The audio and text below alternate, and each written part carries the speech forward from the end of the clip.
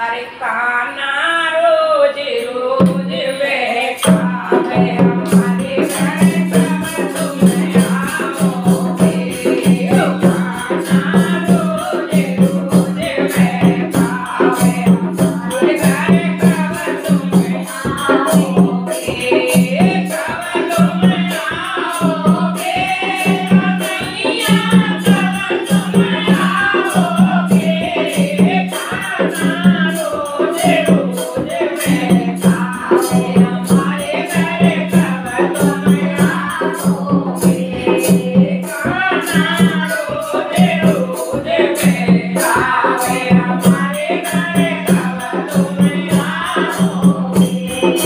गंगा जी से जलवर लाई गंगा पानी सावन की बेटी। गंगा को पानी सावन की बेटी। कान्हा रोज रोज बैठावे हमारे घर कब तुम आओगे। कान्हा रोज रोज बैठावे हमारे घर कब तुम आओगे। कान्हा रोज रोज बैठावे हमारे घर कब तुम आओगे। कान्हा रोज रोज बैठावे हमारे घर कब तुम आओगे। सोने की थैलिया में भोजन परोसे। सोने की थैलिया में भोजन परोसे। कान्हा रोज रोज बैठावे हमारे घर कब तुम आओगे। कान्हा रोज रोज बैठावे हमारे घर कब तुम आओगे। कान्हा रोज रोज बैठावे हमारे घर कब तुम आओगे। कान्हा रोज रोज बैठावे हमारे घर कब तुम आओगे। सोने को लोटा गंगा जल पानी। सोने को लोटा गंगा जल पानी।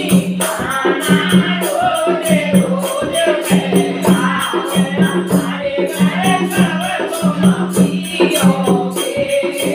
कान्हा रोज रोज बैठावे हमारे घर कब तुम पियोगे। कान्हा रोज रोज बैठावे हमारे घर कब तुम आओगे। कान्हा रोज रोज बैठावे हमारे घर कब तुम आओगे। सतगीर से जलरम होए तकिया। सतगीर से जलरम होए तकिया। कान्हा रोज रोज बैठावे हमारे घर कब तुम सोओगे। कान्हा रोज रोज बैठावे हमारे घर कब तुम सोओगे। कान्हा रोज रोज बैठावे हमारे घर कब तुम आओगे।